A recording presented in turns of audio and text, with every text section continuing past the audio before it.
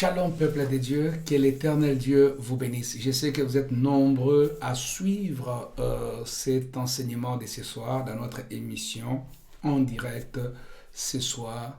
Cette émission appelée Espace Miracle avec moi, votre frère, donc le prophète Dédé Kazadi et responsable de l'église Temple de Gloire à Bruxelles. Et aussi administrateur, encore je peux dire, président de l'ASBEL DMK communautaire.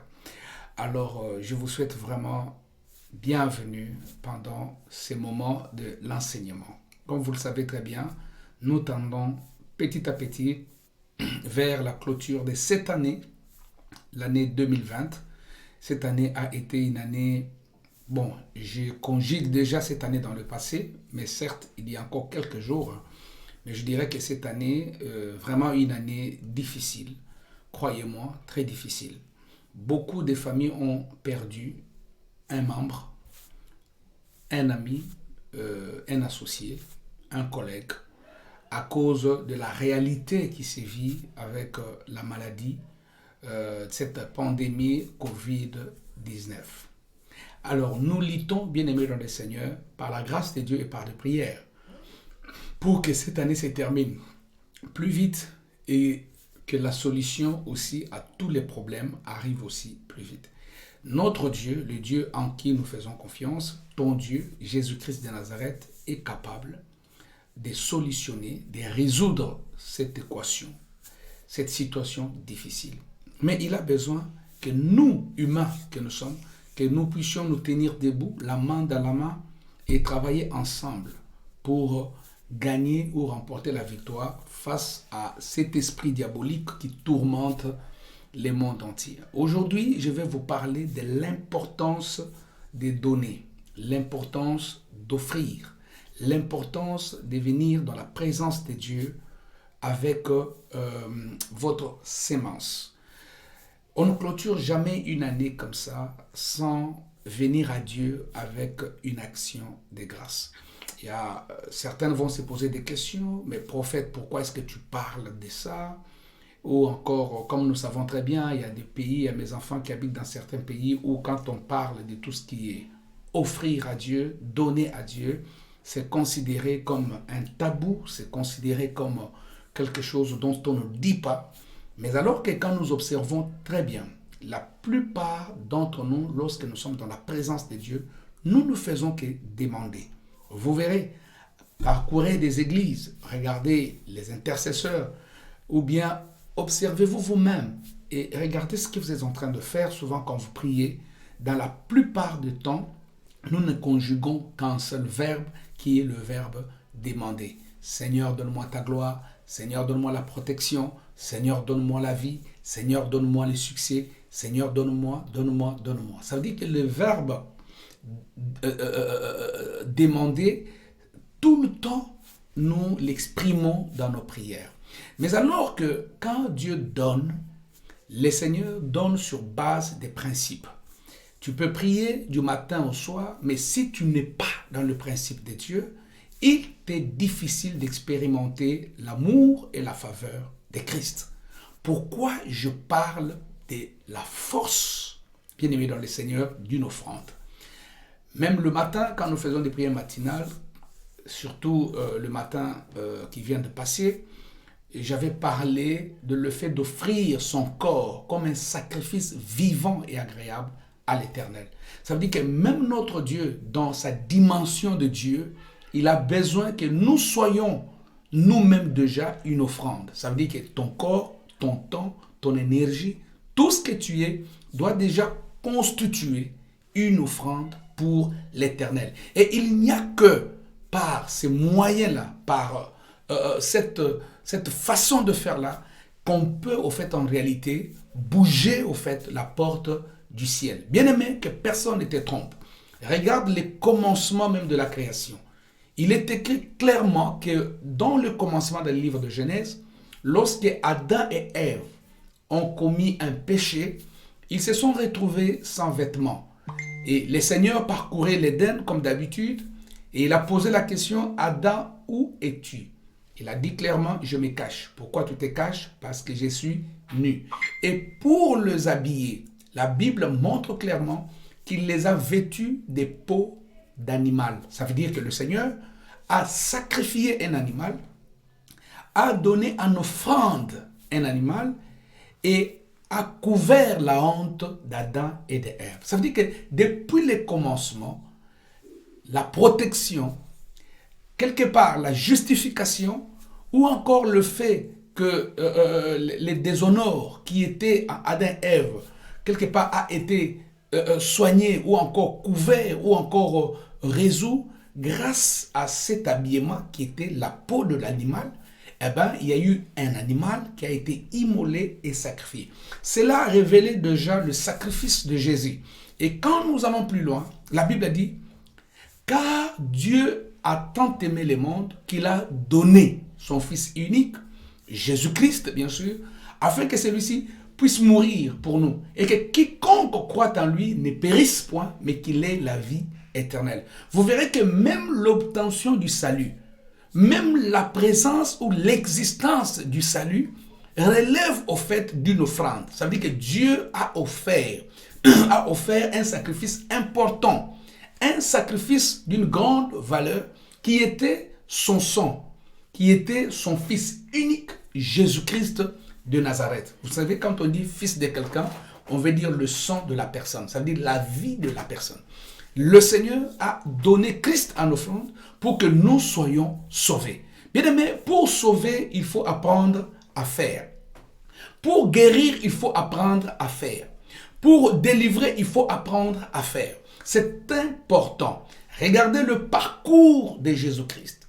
Lorsqu'il a changé l'eau en vin dans les évangiles, vous verrez très bien qu'il a donné l'ordre aux disciples en leur disant « remplissez d'eau les vases ». Ça veut dire qu'il a fallu quand même qu'il ait un exercice, qu'il ait quelque chose qui soit donné au vase, qu'il ait une offrande en termes de l'eau qui soit mise dans des vases pour qu'à partir de cette offrande-là, qu'il ait un miracle du changement de l'eau en vin. Regardez la multiplication de pain. Le Seigneur pouvait arriver du néant et souffler et le pain tomber du ciel comme la pluie. Mais ça ne s'est pas passé ainsi. Il a dit, trouvez quelque chose. Et un des apôtres est venu lui dire, Seigneur, ici il y a un jeune homme qui n'a que quelques pains et quelques poissons. Il a dit, amenez-moi ça. On a amené le peu de pain et le peu de poissons. Et c'est là qu'il a rendu grâce. Et il y a eu multiplication. Donc vous comprenez, bien aimés dans le Seigneur, que la multiplication, la guérison, le salut, la délivrance, toutes ces choses reposent sur la notion du donner, sur la notion de l'offrande. Lorsqu'il n'y a pas la notion d'offrande quelque part, le culte cesse d'être complet. Ça veut dire qu'il y en a de ceux qui font des cultes incomplets. Ça veut dire qu'il commence son culte, il a l'adoration, la louange, la sanctification, le pardon de péché, il fait tout ce qu'il faut, mais il oublie une partie importante qui est celle d'offrir, qui est celle de donner. Il est dit dans le livre de Luc, chapitre 6, verset 38, il dit « Donc, donnez, il vous sera donné. » On dit clairement « Donnez, il vous sera donné. » Je vérifie ces versets pour en être vraiment sûr. Luc, chapitre 6, verset 38. Donc, c'est bien mentionné, bien aimé dans le Seigneur, « Donnez et il vous sera donné. » Ça veut dire qu'ici, c'est un principe. Ça veut dire que tu peux prier, tu peux intercéder, tu peux faire tout ce que tu veux, mais quand en toi, il n'y a pas la facilité de partager, il n'y a pas l'esprit de s'aimer, il n'y a pas l'esprit d'honorer Dieu avec le miette, le peu, le beaucoup que tu as, si cet esprit n'est pas en toi, il est difficile de vivre la main de Dieu. Vous savez qu'il y a des gens qui sont des influenceurs. Donc, les gens qui influencent les autres, il va aller chez l'autre en lui disant, ne donne pas, ne sème pas, ne pars pas à l'église avec ton offrande. Attention, tu es en train d'enrichir le pasteur, tu es en train d'enrichir les prophètes. Attention, tu es en train d'enrichir les églises. Mais la personne qui te parle, lorsque tu observes sa vie, c'est peut-être une personne qui ne connaît pas les mêmes problèmes que toi, qui n'est pas en train de vivre la situation que tu es en train de vivre. Regardez un peu si Anne, dans le livre de Samuel, Anne n'avait pas compris qu'il fallait qu'elle anticipe déjà en faisant une offrande dans le futur, mais tout en étant dans une prière au temps présent.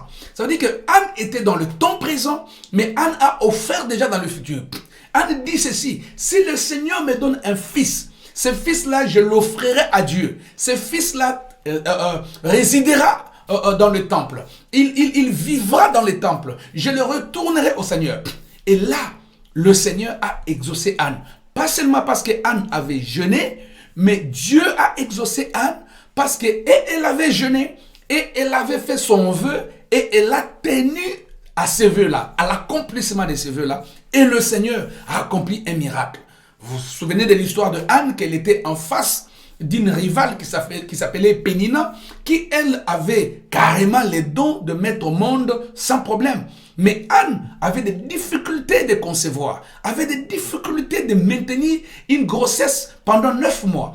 Anne était en difficulté, elle était malade par rapport à sa situation. Mais l'Éternel Dieu des armées a exaucé Anne. Mais comment? Regardez le processus, regardez les schémas, regardez les scénarios qu'il y a eu. Bien aimé, quand quelqu'un vient devant vous et commence à témoigner, Dieu a agi, Dieu a fait, Dieu a donné. La plupart de gens ne disent pas ou encore n'expliquent pas le processus de l'obtention de sa bénédiction. Il y a beaucoup même qui mentent. Je vous dis, moi j'en ai vu avec des hommes de Dieu. Il arrive devant l'église, il commence à dire, voici Dieu m'a béni, j'ai des immeubles, j'ai des jets privés, j'ai des millions. Mais explique-nous le processus. Comment tu as eu cette bénédiction? Tu ne dormais pas dans ta chambre et tu t'es réveillé et la bénédiction était sous ton lit. Non, tu n'étais pas juste à l'extérieur et un passant est arrivé et t'a donné. Non, lorsque Dieu bénit, Dieu utilise toujours les voies. Il y a toujours les voies que Dieu utilise. Alors, quelles sont ces voies que le Seigneur a utilisées? Laisse-moi te dire aujourd'hui, toi qui es en train de me suivre, une des voies la plus importante et la plus efficace, c'est lorsque tu comprends le principe du sémail, principe de la moisson. C'est lorsque tu comprends le secret qui est caché dans le domaine de dîme. C'est lorsque tu comprends le principe qu'il y a d'assister l'autre. Lorsque tu comprends le principe qu'il y a des données pour recevoir. Car dans ce livre de Luc chapitre 6, verset 38, c'est un verset facile à retenir. Le Seigneur dit, donnez et il vous sera donné. Ça veut dire que pour recevoir l'élévation, il faut être prêt à élever aussi les autres. Pour recevoir l'acclamation, il faut être prêt à acclamer les autres. Ça veut dire que pour que tu sois aussi belle, pour que tu sois beau, apprends aussi à reconnaître la beauté qu'il y a chez l'autre, apprends aussi à reconnaître les bonnes choses qu'il y a chez l'autre. Bien aimé, la reconnaissance est un signal fort pour que le Seigneur vous reconnaisse aussi et vous établisse aussi dans votre élévation. Bien aimé, attention, il y a une force dans le donner. Il y a une force dans tout ce qui est sémail. Il y a une force dans l'offrande. Il y a une force dans la dîme. Beaucoup n'ont jamais compris. Des fois, il y a des gens qui me comprennent mal. Tu me suis ma soeur, tu me suis mon frère. Des fois, tu te dis, mais je n'ai jamais compris le prophète. Lorsqu'il veut prier pour moi ou lorsqu'il veut me dire quelque chose, il insiste toujours sur le fait, est-ce que je suis en règle avec ma dîme? Est-ce que je fais mes offrandes? Est-ce que, bien aimé, c'est parce que je connais, je suis conscient de ces principes-là. Qu'on ne vous trompe pas, que quelqu'un ne vienne pas vous influencer à mal. Vous savez une chose, si je te prêche l'évangile et que je ne te la prêche pas dans sa totalité, c'est que je suis un manipulateur, c'est que je suis un menteur. Alors, il faudrait que je te parle les choses dans leur totalité. Regardez dans la Bible. Pour sauver l'humanité, qu'est-ce que Dieu a fait? Regardez comment Christ a souffert. Regardez toutes ces meurtrissures-là qu'il a connues, toutes ces blessures, tous ces trous dans ses pommes de main. Regardez toutes ces pleurs, les chicottes sur son dos. Vous savez, j'ai regardé un film, ça fait quand même un petit moment, sur la passion du Christ. Bien aimé, la manière dont on était en train de frapper Jésus, franchement, mais toutes ces choses-là étaient une offrande. Le Seigneur avait abandonné Christ. Il l'avait livré entre les mains de l'impie pour qu'il souffre comme il avait souffert, mais c'était l'expression d'une offrande. Parce que quand on offre, ça n'a jamais été facile. Imagine-toi que tu ne gagnes que 100 euros et que tu offres 10 euros. Ce n'est pas facile. Sincèrement, ça peut faire mal, ça peut tourmenter, ça peut bouger quelque part en toi, mais ce que tu fais peut être l'élément déclencheur des millions de futurs. Ça peut être l'élément déclencheur de toutes les maisons que tu rêves avoir. C'est peut-être l'élément déclencheur même de l'accélération de l'accomplissement de ton rêve. Alors laisse-moi te dire, bien-aimé, toi qui comprends la notion ou la dimension, bien-aimé, dans la grâce du Seigneur, de donner ce que tu as compris. C'est lui qui donne, il opte pour une position qui est la position de la domination. Quand tu donnes, tu domines. Tu domines en esprit. Je ne parle pas de la domination qui est lié à l'orgueil, parce que c'est moi qui donne, je dois commencer à diriger, je dois commencer à dicter. Ce n'est pas de ça que je parle, mais je parle de celui qui donne dans l'amour du Seigneur et à qui Dieu va donner une force de dominer les mauvais esprits. Quand tu donnes, tu domines la sorcellerie. Quand tu donnes, tu domines le maraboutage. Quand tu donnes, tu domines les femmes et les maris de nuit. Tu les domines, parce qu'en toi, il y a déjà le sens du donner. Ça veut dire que tu as compris le principe. Celui qui sème est condamné à récolter. La vie spirituelle, c'est comme un champ. Ces champs-là, si tu ne le travailles pas, il ne te produira rien. Tu seras une femme très spirituelle, tu seras un homme très spirituel, tu vas avoir des visions quand tu dors, tu reçois des songes, tu as des dons de prophétie, mais quant à l'évolution matérielle, quant au développement financier, quant à la stabilité au niveau mariage, au niveau famille et tout, tu risques de ne pas vivre ces choses. Pour la simple raison que, oui, en esprit, tu fais ce que tu fais, mais tu n'as pas sémé pour récolter dans le monde matériel. Bien-aimé, sémons pour que notre monde matériel nous soit favorable. C'est lui qui sème, les portes vont s'ouvrir. C'est lui qui sème, oui, laisse-moi te dire que Dieu va utiliser même un corbeau, qui est la symbolique de ce qui est impur, la symbolique de ce qui n'est pas saint. Dieu est capable d'aller utiliser quelque chose qui n'est pas saint et venir te bénir. Nous avons vu Élie qui fouillait qui c'est Jézabel. Elle s'est retrouvée en difficulté à un moment. Mais le Seigneur, dans ce désert-là, l'Éternel Dieu a utilisé un corbeau. Et c'est ce corbeau qui a apporté à Élie ces gâteaux. Il a apporté à Élie quelque chose à manger. Oui, l'impur a nourri le pur. L'impur a nourri le pur. Mais vous comprenez que Dieu, lorsque tu sèmes, mais regardez la vie d'Élie. Élie a passé sa vie en prêchant le Seigneur, en proclamant les oracles de l'Éternel. Ça veut dire que la vie d'Élie était déjà une sémence. Vous savez, les serviteurs de Dieu que vous voyez, des hommes de Dieu, des pasteurs, des évangélistes, leur vie, c'est déjà une sémence. Imagine-toi qu'à la place qu'il aille dans des vacances au bord de l'océan, je ne sais pas, qu'il aille se faire plaisir, ainsi de suite, eh bien lui, il est en train de jeûner avec toi. À la place qu'il puisse peut-être dormir et ronfler jusqu'à 4 heures,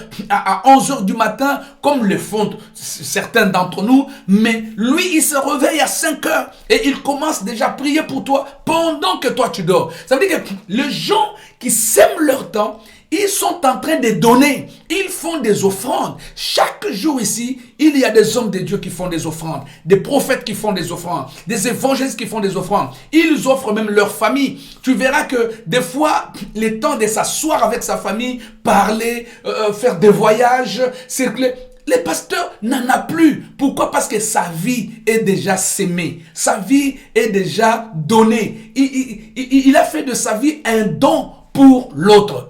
Bien-aimé, c'est Dieu qui leur donne cet appel et c'est l'Éternel Dieu aussi qui organise aussi ses côtés récolte. Ah, écoute-moi très bien. Frères, sœurs, il est temps. Aujourd'hui, nous sommes vers la fin de l'année 2020. Tu peux faire n'importe quel genre de prières. Des prières en clibitant, des prières en te couchant au sol, des prières de tout genre. Tu peux prier comme tu veux, mais lorsque dans ta prière, il n'y a pas la dimension de donner, lorsque dans ta prière, il n'y a pas la dimension de s'aimer, lorsque dans ta prière, il n'y a pas la notion de l'action de grâce, sache que ton terrain de récolte est vide. Parce que je ne vois pas comment tu vas récolter le maïs si tu n'as pas semé ne fût-ce qu'un seul maïs. Je ne vois pas comment tu vas récolter le riz si tu n'as pas semé ne fût-ce qu'un seul riz. Donc, bien aimé dans le Seigneur, c'est important de comprendre cette notion. Voilà pourquoi des fois les domaines de la sorcellerie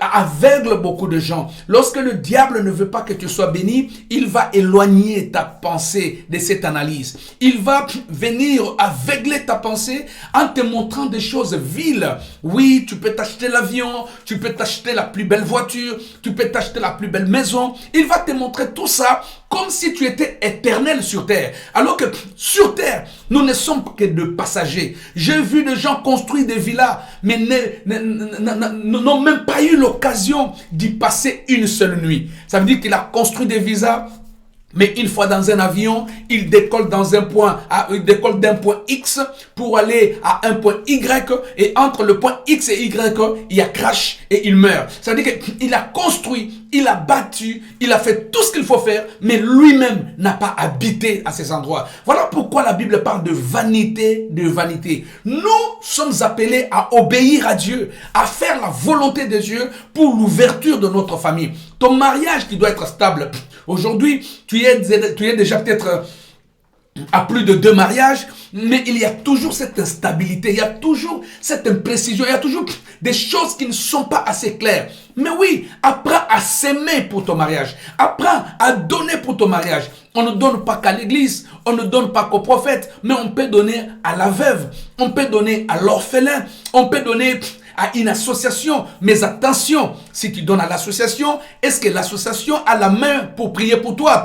Il faut toujours savoir que la direction qu'on donne à notre offrande va déterminer aussi les types de résultats que nous obtenons aussi par rapport à notre offrande. Donc c'est important, bien aimé, de prier et de comprendre la force de l'offrande. Vous savez, il y a un verset biblique dans le livre de Deutéronome, chapitre 16, verset 16. Vers la fin de ces versets, vous verrez qu'on dit, on ne vient pas dans la présence de Dieu, main vide. Des fois, je m'étonne quand je prie pour certaines personnes ou quand je rencontre certaines personnes, ils attendent que je leur dise, voilà ce qu'il faut faire ou voilà comment tu vas faire. Tout ça, ça veut dire que les gens se maintiennent dans une ignorance qui les arrange. Parce qu'ils sont, je peux dire, ils sont chiches. Ils ne veulent pas partager. Ça veut dire que tout ce qu'il a devient toujours peu et que son programme est toujours très gourmand et qu'il doit toujours beaucoup dépenser en oubliant la maison de Dieu, en oubliant l'œuvre de l'Éternel, en oubliant l'Évangile. Et bien aimé dans le Seigneur, la Bible dit dans ce livre de Deutéronome 16, vers la fin de ces versets, on dit, ne vous amenez pas dans la maison de l'Éternel, mais vite. Tu ne peux pas te réveiller un matin, un dimanche, tu vas à l'église sans avoir l'offrande à mettre dans le panier de l'église. Attention bien aimé, il y a des gens qui pensent, oui parce qu'on est en Europe, les églises sont des associations sans but lucratif, deux fois subsidiées par des communes, financées par l'État. Lorsque l'État te finance, l'État a aussi des obligations qu'il va t'exiger. Ça veut dire qu'on peut te financer, mais t'obliger de bénir le mariage homosexuel. Imagine-toi qu'on commence à financer ton pasteur et en retour, on lui demande que tu dois honorer un mariage entre homme-homme, entre femme-femme. Tu dois devoir l'accepter. Seras-tu d'accord? Non. Nous n'allons pas transgresser la sainte doctrine de la Bible pour faire plaisir aux États, pour faire plaisir aux nations, pour faire plaisir à l'argent. Non. Voilà pourquoi Galate est clair. Bien-aimé, partage de ce que tu as avec ceux qui t'annoncent la parole du Seigneur. C'est une façon de s'aimer. S'aimer, ce n'est pas que l'argent. Tu peux s'aimer ton temps. Le temps que tu donnes pour aller évangéliser. Le temps que tu donnes pour aller gagner les âmes à Jésus. Le temps que tu donnes pour prier pour quelqu'un d'autre. Tout ce temps-là que tu donnes, c'est une offrande. Tu peux s'aimer en énergie. Les temps, la sueur qui coule de ton front parce que tu as besoin d'assister l'autre dans un travail. Oui, la sueur qui coule de ton front parce que tu veux au fait que l'autre arrive à s'en sortir. Donc, tout exercice, toute expression de soutien vis-à-vis de l'autre est une offrande. L'offrande, c'est aussi partager de ses vêtements. La Bible dit clairement, j'étais en prison, tu ne m'as pas visité. J'étais sans habit, tu ne m'as pas habillé. Pourquoi? Parce que l'offrande, c'est aussi quand on est capable de prendre sa blouse et de regarder, oui, ma soeur n'en a pas. Oui, moi j'en ai deux, je peux lui donner aussi une blouse. Donc c'est très important. L'offrande, c'est aussi être capable de regarder que non, moi j'ai 3 paires de chaussures, j'en ai 4, j'en ai 5, mais je vois que telle personne n'en a pas. Eh ben, je n'attendrai pas qu'il me demande. Je vais observer, je vais analyser. Si mon cœur est convaincu par rapport à la parole de Dieu que j'en ai plus et que je peux le soutenir, je les soutiendrai. Bien-aimés, ne brisons pas la solidarité spirituelle. Ne brisons pas les circuits de l'amour. L'amour doit circuler. Le partage doit circuler. L'offrande doit fonctionner. La dîme doit être une règle qui s'impose à tous parce qu'elle est biblique. Elle n'est pas facultative, cette règle-là. C'est la règle de Dieu et que voilà, le Seigneur va très loin en disant, vous me trompez parce que vous me volez. Imagine-toi que le ciel dit qu'il y a vol. Beaucoup de gens n'aiment pas supporter ça. Quand ça sonne à leurs oreilles, ils vont dire, ah, qu'est-ce que toi tu veux nous montrer? Qu'est-ce que tu veux dire? Pourquoi tu parles comme ça? Mais écoute-moi, si tu veux faire, tu fais. Si tu ne fais pas, ne fais pas. C'est ton choix. Mais je te dis que ta délivrance en dépend. Je te dis que ton élévation en dépend. Je te dis que la paix de l'esprit, la paix de l'âme en dépend. Même la mouvance du Saint-Esprit en toi dépend de ces choses-là. On ne peut pas seulement crier « J'aime Jésus, sans le démontrer, sans prouver que tu es capable d'aimer le Seigneur. Écoutez-moi bien, quel est ce jour-là que nous entrerons en jeûne, nous entrerons dans nos prières, nous entrerons en retraite et que nous élèverons nos mains pour dire « Seigneur, demande-nous que veux-tu qu'on te donne ?» Quand est-ce que tu feras une telle prière en disant « Seigneur, demande-moi, que veux-tu que je te donne, Seigneur? Que veux-tu que je te donne ?» Tu seras surpris de ce que Dieu va te demander. Peut-être qu'il va te demander tout ce que tu es. Peut-être qu'il va te dire « Alors maintenant là, quitte le monde, rejoins-moi au paradis, meurs, alors viens. » Est-ce que tu seras d'accord? Vous comprenez que généralement, on ne dit pas à Dieu on ne demande pas à Dieu si il a besoin de nous quelque chose. Alors que la Bible a déjà tout exprimé. La Bible, elle est claire. Il ne faut pas aller ni gauche, ni droite. Parce que ce soit dans l'Ancien Testament, que ce soit dans le Nouveau Testament, l'offrande a une puissance spirituelle, a de l'impact, bien-aimé. Il y a des portes qui sont fermées dans ta vie. Tu as lutté durant 2020. Maintenant, 2020 se termine. Ces portes ne se sont pas ouvertes parce que tu n'as pas bougé ces portes-là avec le principe de sémaille. Tu n'as pas donné, bien-aimé. Tu n'as pas fait. Tu n'as pas fait. Des fois, tu penses que tu as fait. Peut-être que tu es comme ces millionnaires à l'époque de Jésus, où Jésus était dans un temple et que c'était le moment des offrandes. On a vu des millionnaires venir avec leurs millions. On a vu des milliardaires de cette époque venir avec leurs pièces de milliards. Mais il y avait dans ces lieux-là une veuve. Vous savez, une veuve, c'est une personne dépourvue de moyens. Une veuve de cette époque-là, c'est quelqu'un qui faisait pitié. C'est quelqu'un qui n'avait plus le partenaire. C'est quelqu'un qui était isolé. Une veuve s'est levée avec ses 2 pièces. Et elle est allée mettre ces 2 pièces-là dans l'offrande. Ça veut dire qu'elle a sémé quelque chose. Et qu'est-ce que Jésus dit? Il dit, tous ces gens qui ont défilé avec des millions ici sont moindres que cette femme qui a donné 2 pièces, parce que les 2 pièces qu'elle a données, c'est tout ce qu'elle avait. Bien aimé, le Seigneur est un Dieu qui sonde nos cœurs et nos rangs. Il est un Dieu qui a des jumelles capables de voir la profondeur de nos pensées. Il sait que par rapport à ce qu'il t'a donné et par rapport à ce que tu as donné dans la maison de Dieu, cela ne correspond en rien. Et l'Éternel voit ça. Et Dieu récompense nos humeurs. Il récompense nos pensées. Il récompense les gestes que nous posons. Tu as besoin de la prospérité. Tu as besoin de l'élévation. Tu as besoin de l'épanouissement. Tu as besoin de la guérison. Bien-aimé, tu en as besoin. Alors pour cela, il te faut comprendre cette notion. Ne sois pas du côté des mauvais influenceurs, des catalyseurs, de ceux-là qui bâtissent leur vie dans la critique, dans le jugement. Mais quand les démons t'attaquent la nuit, tu ne verras jamais les noms de ces messieurs ou de cette femme venir la nuit pour te sauver. Tu ne verras pas cet homme-là qui te dit attention avec des églises, attention avec les prophètes, attention ceci. Tu ne verras pas cette personne-là venir intervenir. Face à la tombe, on est seul. Face à sa destinée, on est seul. Face à sa situation, on est seul. Voilà pourquoi on a besoin de Jésus. On a besoin de la parole de Dieu. Et cette parole veut que nous comprenions le pacte et la puissance de l'offrande. J'ai vu des gens qui étaient célibataires chroniques trouver un mari juste après avoir donné à l'église, juste après avoir sémé dans la vie d'un prophète, et automatiquement ils disent Seigneur, je sème avec larmes, avec souffrance.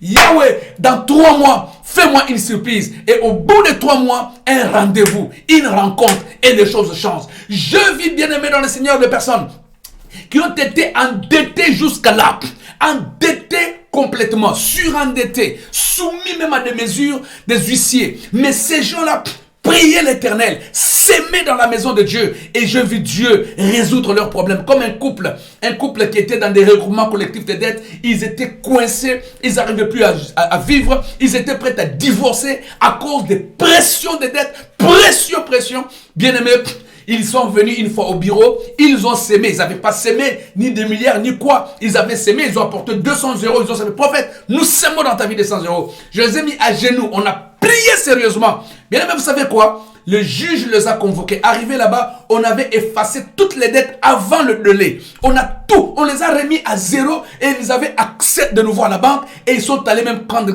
Aujourd'hui, ils ont acheté leur maison et ils évoluent. Pour eux, en tout cas, je suis un objet de miracle. Mais pourtant, ce n'est pas que je suis un objet de miracle. Ils ont compris qu'il fallait bouger le trône. Ma soeur, jusqu'à quand tu restes comme ça? Il est temps pour toi de bouger le trône. Nous sommes à la fin de l'année. C'est la saison des actions de grâce. C'est la saison où dans le village, les gens vont chez des prêtres avec des sacs de maïs, avec des poules, avec des chèvres pour aller faire leurs actions de grâce parce que la fin de l'année est là. Alors que toi, tu es jeune fille, tu es jeune homme, tu es jeune frère, tu es sœur, tu es là. Tu es même dans le monde de matériel. Mais quel égoïsme est en train de t'enterrer? L'égoïsme est une voie d'auto-emprisonnement. Je dis bien, l'égoïsme est une voie d'auto-emprisonnement. On ne peut pas être égoïsme face à son Dieu. Il est temps que tu te réveilles. Il est temps que tu fasses des offrandes pour tes enfants. Que tu fasses des actions de grâce pour ton mari. Que tu fasses des actions de grâce pour toi-même. Pour ta grande famille. Et tu dis à Dieu, Seigneur, éloigne la mort de ma destinée. Éloigne la mort de mon chemin. Éloigne la mort de mon entreprise. Éloigne la mort, Seigneur des armées, de l'année qui va arriver. Que lorsque 2020 va passer, que 2020 passe avec ses diabètes, que 2020 passe avec ses sida, que 2020 passe avec ses maladies. Nous enterrons cette année avec son virus au nom de Jésus-Christ. Nous ne voulons plus de ces virus dans le nom de Jésus. Frère, ma soeur, moi je sème la prière maintenant pour toi. Je sème cette déclaration pour toi. Et je dis à mon Dieu, toi qui as suivi ce message, au nom de l'Éternel, oui, que cette prière soit une sémence pour ta protection, une sémence pour ton élévation, une sémence pour ton miracle dans le nom puissant de Jésus-Christ. Bien-aimé dans le Seigneur, s'il te plaît, accroche-toi à Dieu, aime le Seigneur. Ces petits démons qui te tourmentent, je les chasse par le feu du Saint-Esprit, qu'ils quittent de toi, qu'ils aillent dans le lieu aride, dans le nom puissant de Jésus-Christ. Amen. Que l'Éternel Dieu vous bénisse. Et je dis shalom à vous tous qui êtes connectés, shalom à vous tous qui êtes là. Je prendrai le temps de regarder tous vos messages qui défilent, vos commentaires. Partagez, bien aimés dans le Seigneur, ces moments. Envoyez aux amis, ainsi de suite. Et que nous puissions nous retrouver ensemble dans la prière matinale. Donc, la prière matinale qui commence de 6h. Oui, à 6h30, sois prudent, mets le réveil, reprends des bonnes habitudes de prier, reprends des bonnes habitudes de te lever, ne baisse pas le bras. Et par la suite, le soir, nous allons nous retrouver dans l'émission. Oui, cette émission est sur Espace Miracle. Je vous salue tous, vous êtes nombreux. Vos noms, je les vois là. Que l'Éternel Dieu vous bénisse énormément. Et shalom à tout le monde. Que mon Dieu vous bénisse. À très bientôt. Ciao.